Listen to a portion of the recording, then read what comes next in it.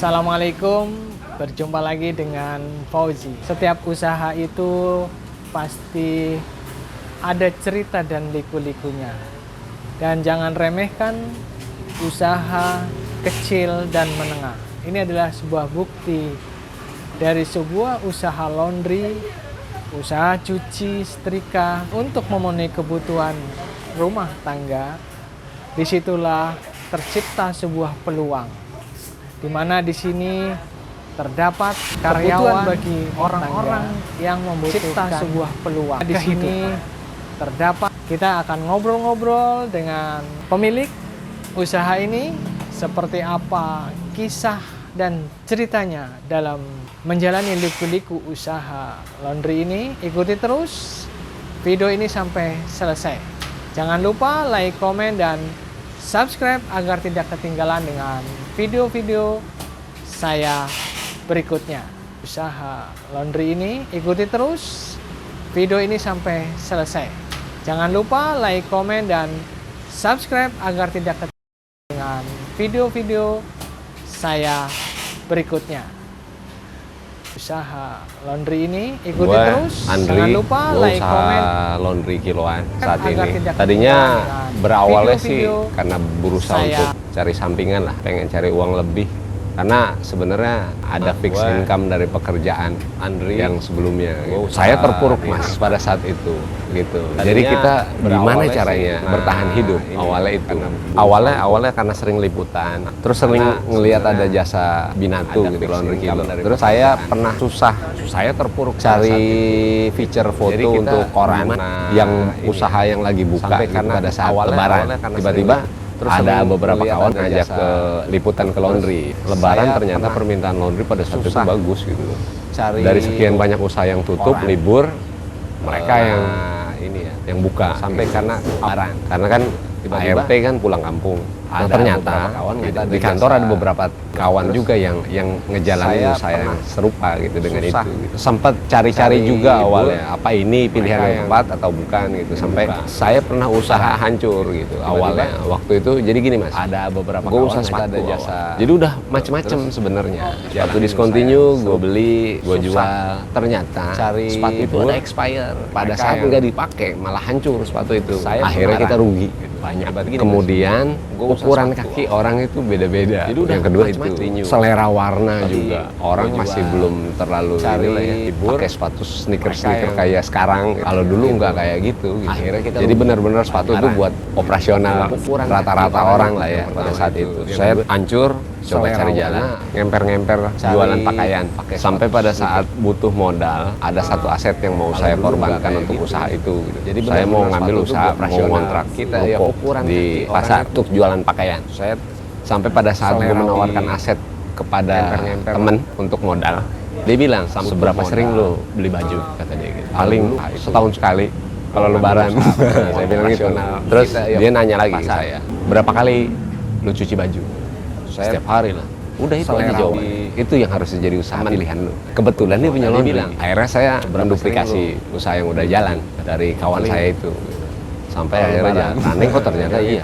Banyak orang tutup mata dengan usaha receh, padahal tidak receh. Gitu. Selama kita masih mau intens, selama kita mau struggle, gitu, fight di situ, komit, pasti ada jalan. Awalnya outlet sekalian produksi. Tadinya cuma satu. Awalnya saya yang mengerjakan, karena pada saat itu masuk kerja itu sore ya. Waktu itu udah jadi redaktur foto pada saat itu. Rapat, cuma itu kan berarti kan banyak waktu luang di pagi kan. Pasti ada jalan. Akhirnya saya bantu istri di situ. Beli baju. Istri yang maintenance semua produksi. Saya di produksinya. Gitu. Reon satu orang sama saya berdua. Saya dengan usaha. Saya nganterin, saya delivery waktu itu. Gitu. Jadi pada saat pakaian ada yang minta diantar, saya nganter. Padahal waktu itu posisi saya koordinator liputan. Saya bantu istri. Kalau di sana kerja posisi asik, tapi kan bukan usaha saya. Walaupun integritas tetap ada, harus ada gitu. Karena untuk usaha menjadi besar ya karena integritas itu. Gitu. Karena nggak mungkin kalau menjadi besar, menjadi bagus, menjadi hidup, padahal integritas gitu. Setiap nganter kemana-mana di sana gitu. Kerja posisi. Kadang-kadang kan ada orang yang baik gitu ya. Tadinya memberikan tip gitu. Itu saya ambil. Kenapa? Saya berpikir ini tongkat estafet gitu. karena satu saat pasti ada orang lain yang menjalankan ini gitu. Jadi jangan sampai akhirnya kebangun image kalau itu dilarang. Kasihan juga gitu kan. Saya belum sanggup untuk bisa mencukupi mereka. Ada orang yang nggak ada salahnya, yang penting jangan minta gitu. Karena akhirnya berkembang dari ada orang lain yang menjalankan cuma 3 sampai akhirnya jadi 19-an lah. Kasihan juga gitu kan, nggak saya antar kemana-mana, saya belum sanggup untuk bisa. Kalau di sana kerja posisi A ya, gitu. Waktu dalam keadaan terjepit, saya itu saya ngemper-ngemper di jalan, di tenda-tenda gitu, kayak gitu. Saya jualan gitu, sampai saya waktu itu ayah sama istri saya ajak, kita di pasar kaget lah, gitu. Jadi kenalan saya tuh ya ormas lah. Posisi A. Jadi bayar uang jago lah, gitu kan. Nggak jadi masalah, mereka bukan rampok gitu kan, mereka yang ngasih uang kita gitu dengan biaya kebersihan lah atau apalah menurut mereka gitu ya. Nggak seberapa lah ya dibanding apa yang kita dapat di situ. Jadi setiap Sabtu Minggu saya subuh jalan pasar kaget lah, saya bawa karena saya nggak ada neni kan, nggak ada pemasukan pada saat itu. Jadi kalau Sabtu Minggu saya jualan sehari, nggak sehari gitu. Jadi dari subuh sampai jam 9 tuh bisa bersih dapat 500.000, 300.000, 500.000, worth it loh gitu. Dengan jangka waktu yang pendek, tapi dapat bersih segitu gitu. Omset lebih. Akhirnya one stop shopping lah ya, jualan coklat, jualan apa, karena minuman, karena kan banyak orang yang lagi olahraga kan.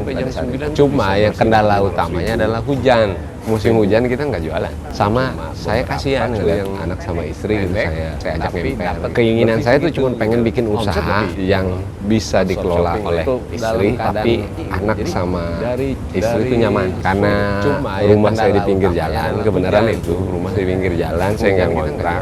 Dulu ada yang awalnya studio foto punya saya, gitu. Saya ubah fungsi jadi laundry usaha. 11 tahun yang lalu saya alih fungsi studio foto saya buat pribadi gitu Mas ya. Kadang-kadang saya taruh komputer kan karena saya fotografer gitu kan.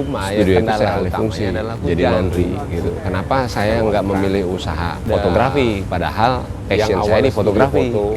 Karena gini, karena usaha yang saya pilih itu usaha yang dibutuhkan banyak orang. Fotografer kan nyuci baju juga.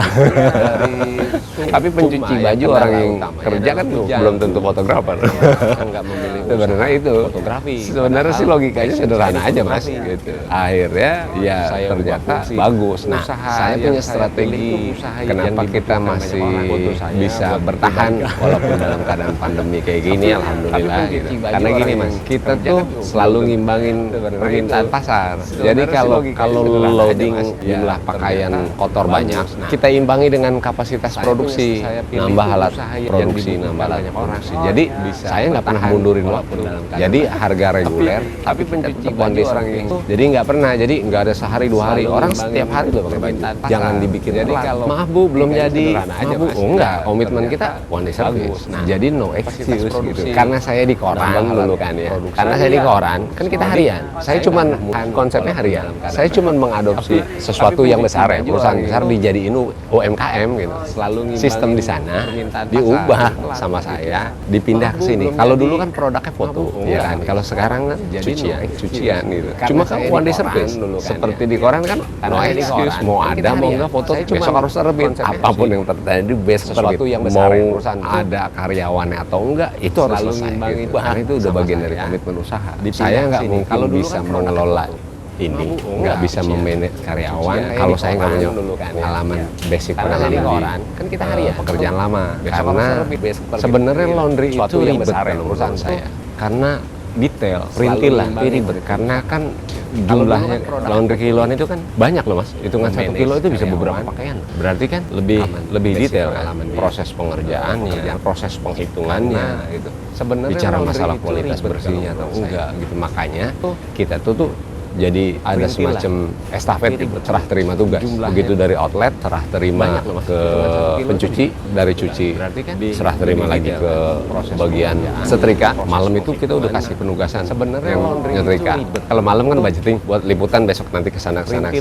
Nah, ini enggak. Jadi ibu-ibu yang tugasnya nyetrika udah dibagi tugas. Nomor invoice sekian mereka udah masing-masing pegang tugasnya. Itu masuk ke dalam buku kerja. Jadi ini pekerjaan mudah, sepele, boleh, tapi tidak sepele di redaksi. Jadi kalau karena kita ketemu komplain pasti, terus ketemu macam-macam lah ya, suka dukanya yang dari yang karyawan dari kesalahan masuk ke dalam, jadi baju yang tertukar, hilang, nah makanya itu di manage di redaksi. Jadi kalau setiap orang yang mengerjakan tugasnya itu masing-masing gitu. Jadi nggak di plotting dia semua, sistemnya aja yang kita buat, tapi tidak pakai conveyor kayak gitu. Itu kesalahan. Pertama memang iya, kita pengen ada penghasilan tambahan ya dari usaha. Yang kedua bisa menyerap orang kerja lah ya, yang kurang beruntung. Di sini kan yang penting bisa baca, tulis, jadi nggak di urusan kejujuran itu bisa di karyawan punya pakai sistem gitu. Bisa dipaksa untuk bersikap jujur gitu. Sampai akhirnya kita bisa menyerap tenaga kerja lumayan lah, sekitar 21 orang ya pada saat belum pandemi ya. Jadi di situ banyak ibu-ibu yang mungkin pengen membantu suaminya dibagi tugas, pengen ada uang tambahan karyawan, orang-orang yang kurang beruntung. Nah kita diamanatin itu laundry gitu. Kita diamanatin orang-orang itu dari orang-orang yang kurang beruntung. Ya walaupun kita harus didik lagi bicara masalah kejujuran, bicara masalah kedisiplinan gitu. Karena kan memang udah bagian dari tugas kita juga. Menjadi baik itu bisa dilatih. Walaupun banyak juga orang yang mereka mencuri gitu. Usaha itu nggak jreng tiba-tiba jadi gitu loh. Enggak, ya, kan kadang-kadang orang begini, wah enak ya usaha itu. Ya iya sekarang ya, kalau ngelihat padi udah kuning ya iya lah, tinggal panen. Kan nggak ngelihat gimana caranya nanam gitu loh. Ketemu hama, ya kan? Terus ketemu kemarau gitu kan. Jadi ya dijalanin aja gitu, sampai akhirnya kita trial error sambil jalan. Walaupun terus jangan pernah berpikir ini bagaimana ya, ini bagaimana. Nanti sambil berjalan aja, sambil berjalan. Banyak orang mau usaha menjadi baik itu berpikir gini mas, jadi dia tuh banyak konsepnya gitu. Ini konsepnya begini, ini marketingnya begini, penjualan begini, itu mbak nomor berapa, yang penting jalan aja dulu gitu ya. Walaupun kita juga ngelihat padi udah kuning sih udah merencanakan sesuatu gitu, tapi banyak orang jalan aja dulu jadi baik itu. Ya gimana mau jalan kalau cuma berencana aja kan nggak mungkin gitu. Banyak konsepnya gitu loh. Marau gitu kan, ini mencuri gitu. Konsep 2014 saya resign, 2010 udah jalan. Saya bilang sama istri pun kalau gue berhenti kerja nggak apa-apa, kata dia. Kan selama ini juga dari sini kok buat makan. Gitu. Malah ayah yang minta ongkos sama gue. Kata bini gue gitu. Konsepnya. Oh ya sudah kalau gitu. Cuman masalahnya ayah nanti gimana? Ini hobi lu loh dari SMA udah jadi.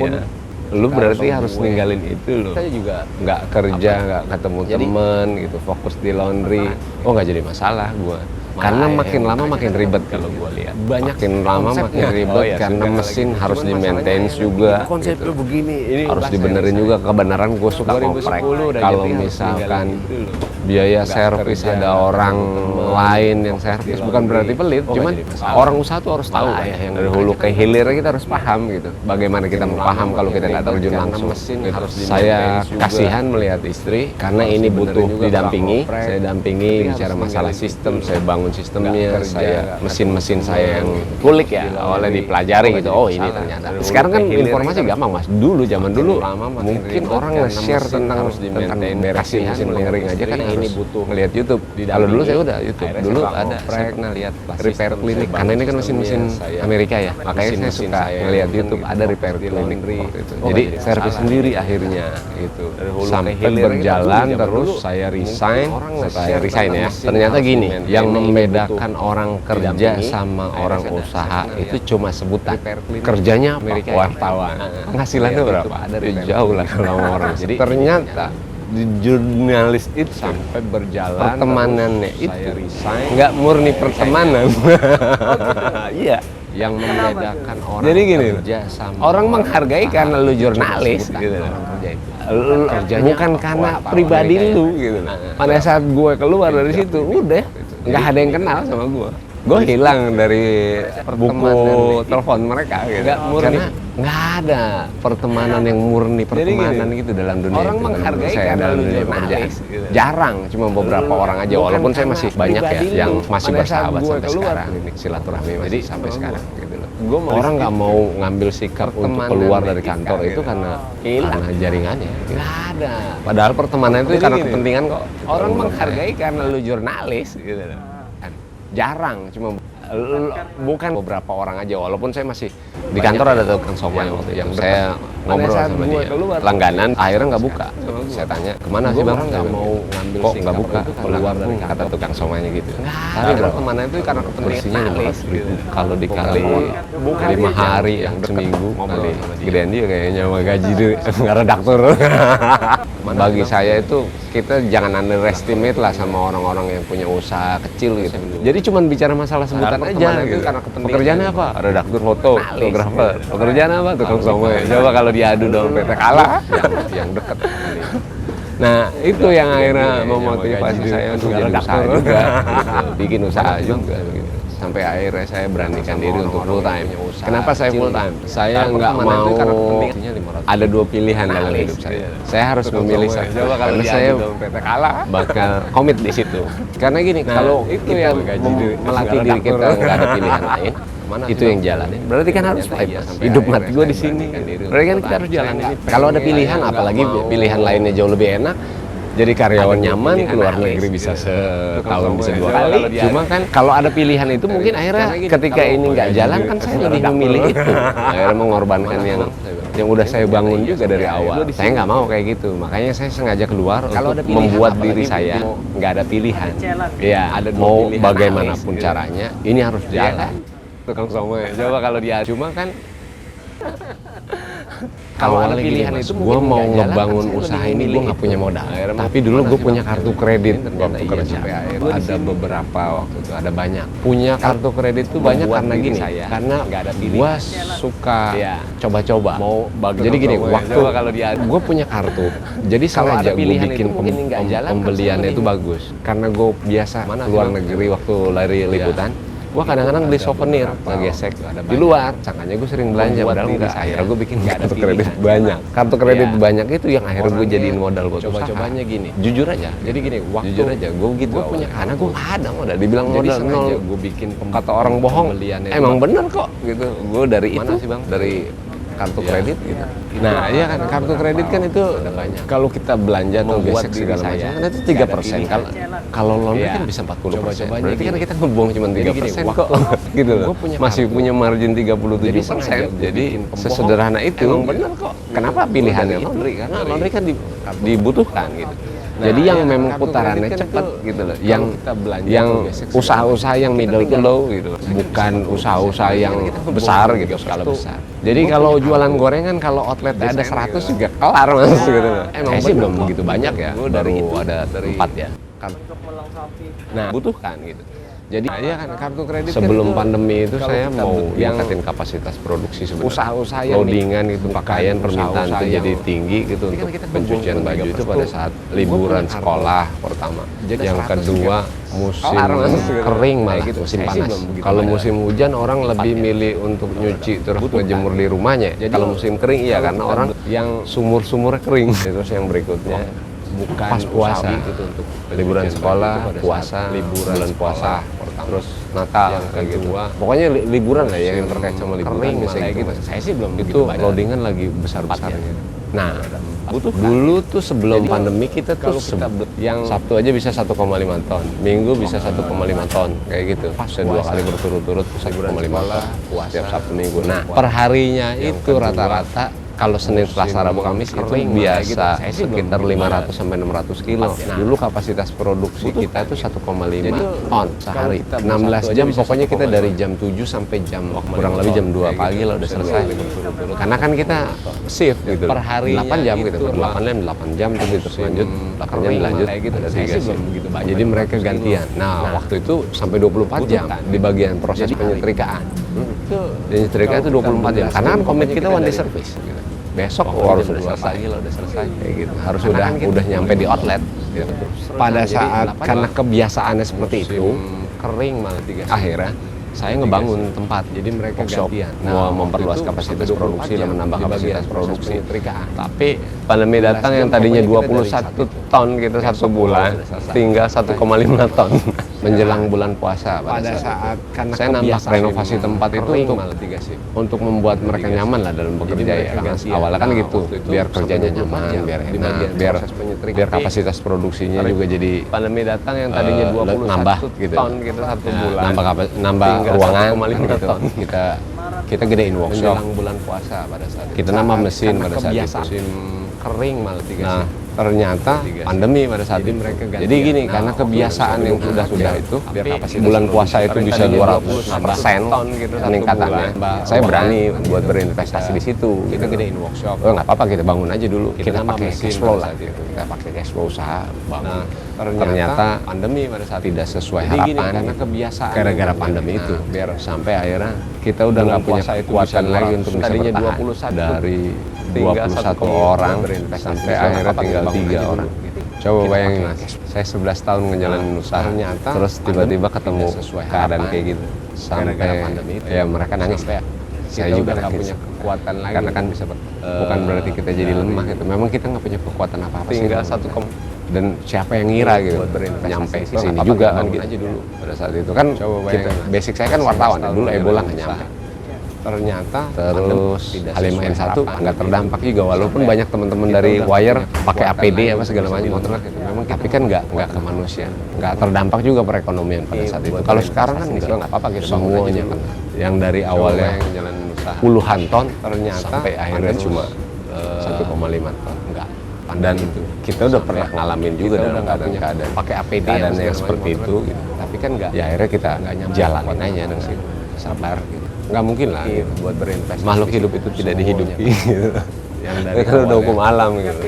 Cuman modal keyakinan aja lah gitu. Apa sih gitu. Cuman bicara masalah waktu aja. Jadi kalau hukum alam ada istilah atas ada bawah, berarti kan ada posisi di atas juga nanti suatu saat nanti akan kembali lagi gitu loh Mas.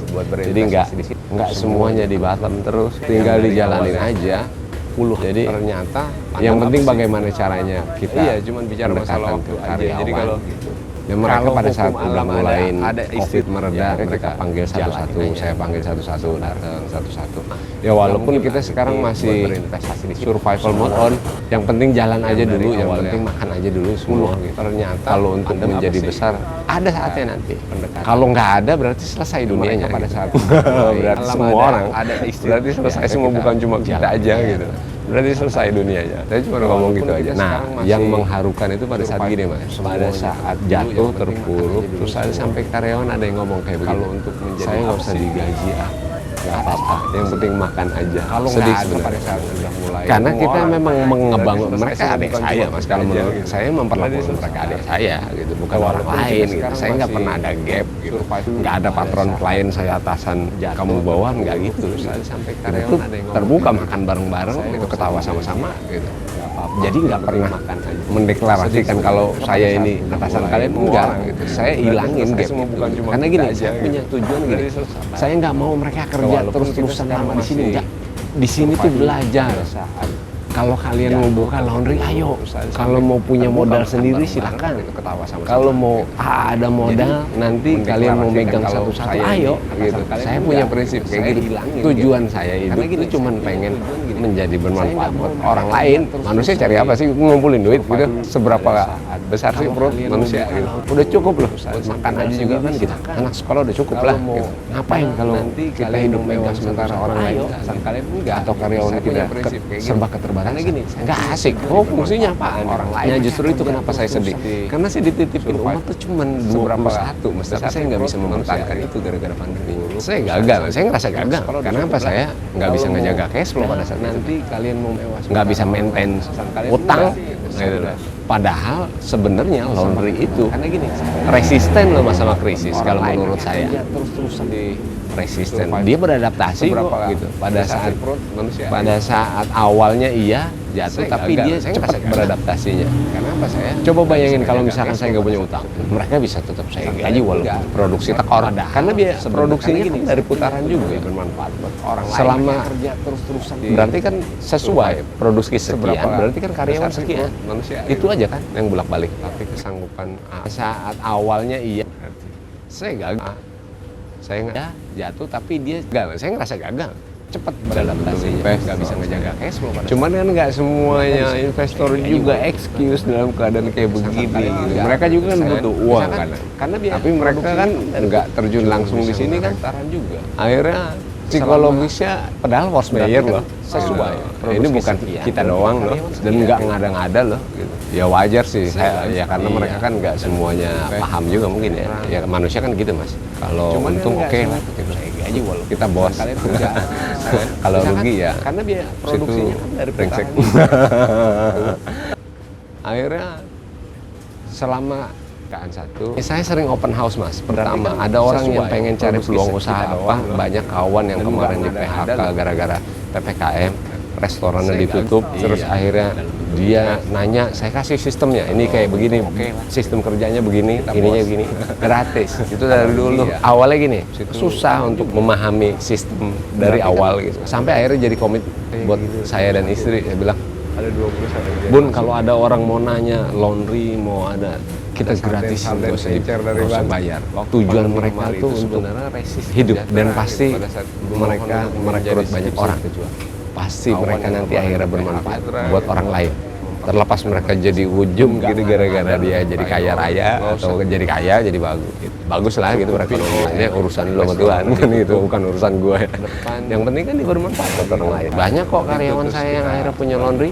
Saya nggak marah, itu bukan betrayer kalau menurut saya nggak makan. Berarti saya bermanfaat. Keilmuan yang saya share ke dia di sini dengan sistem kerja apa segala macam mereka akhirnya buka sendiri ya syukur alhamdulillah berarti mereka udah bisa ngejalanin itu kayak gini yang akhirnya alhamdulillah malah saya seneng gitu kenapa saya berarti bermanfaat buat orang lain gitu. Dia bisa berani untuk membuka usaha sendiri karena tahu susah dia nanya ngejalanin usaha itu nggak gampang pada saat dia ngejalanin itu sendiri ya saya bersyukur sistem kerjanya begini berarti gratis pengalaman dia kerja di sini kepake sama dia untuk mengubah hidupnya. Saya tuh pengen orang-orang yang berangkat bareng sama saya gitu. Saya tuh pengen mereka tuh besar. Itu kebahagiaan saya sih itu sebenarnya ya. Pada saat mereka bisa mandiri itu saya bikin ini kayak begini yang sejenis atau bukan gitu ya bebas aja gitu. Yang penting setiap orang mereka bisa besar gitu. Kalau prinsip saya cukupin orang, sejahterain orang, nggak usah minta sejahtera, lu pasti sejahtera gitu. Kita nggak perlu berharap memohon untuk menjadi sejahtera gitu. Pada saat kita bisa mensejahterakan orang pasti sejahtera gitu. Dan nggak ngada-ngada loh, sesederhana itu mas.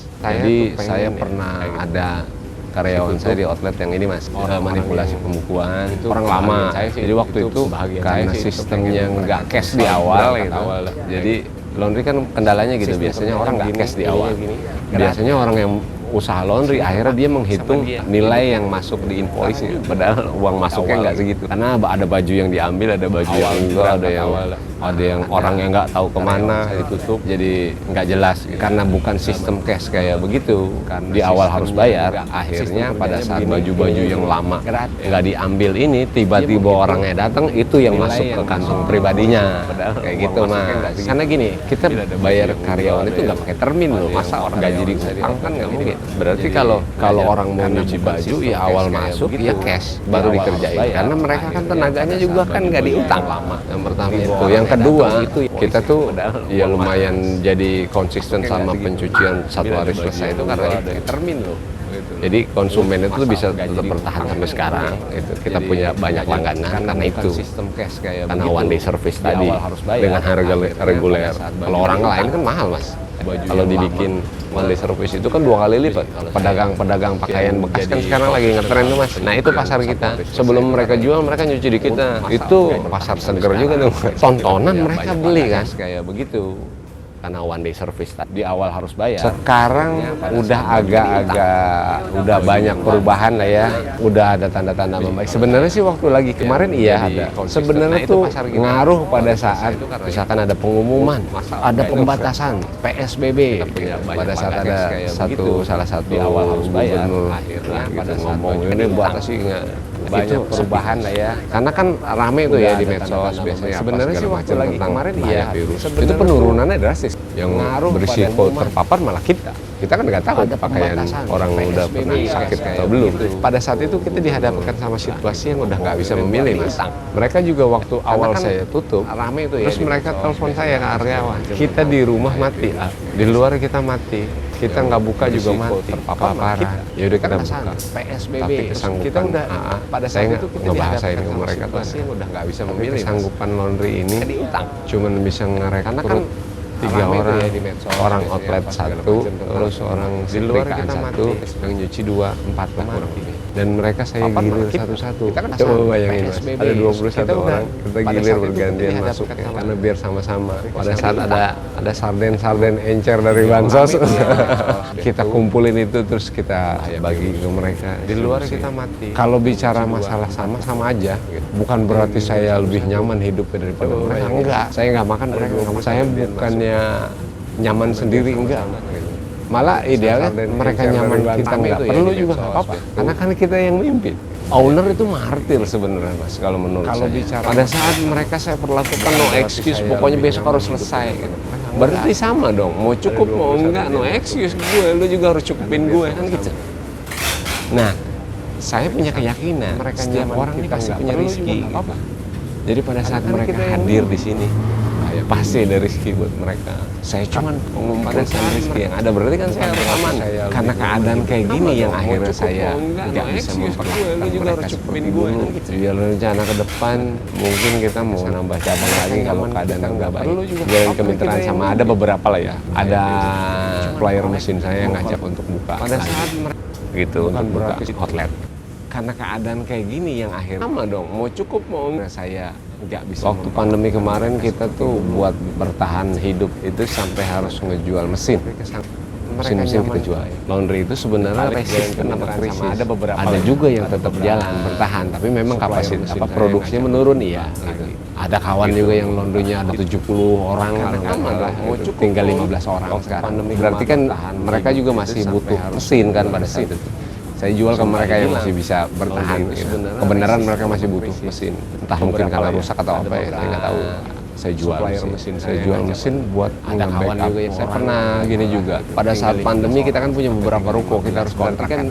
Mereka nggak punya kan, butuh mesin. Gitu. Kalau di sini sih punya sendiri, tapi kan di outlet kan kita harus bilang. Nah, pada saat jatuh tempo kontrakan itu kan belum ada uang, entah mungkin karena rusak. Kalau saya tutup 3 orang dirumahkan, pilihannya itu merumahkan orang atau berkorban buat mereka lewat menjual aset. Saya lebih milih ngejual aset. Mesin bisa gue beli kapan aja kalau udah berjalan lagi. Kalau karyawan gue nggak bisa. Fungsi gue itu ngejaga mereka, ngebangun syariat mereka untuk cari rezeki. Kalau gue tutup, mereka susah untuk mencari rezeki. Walaupun rezeki itu diatur sama Allah, tapi kan minimal ada syariatnya tempat gue gitu untuk mereka bersandar.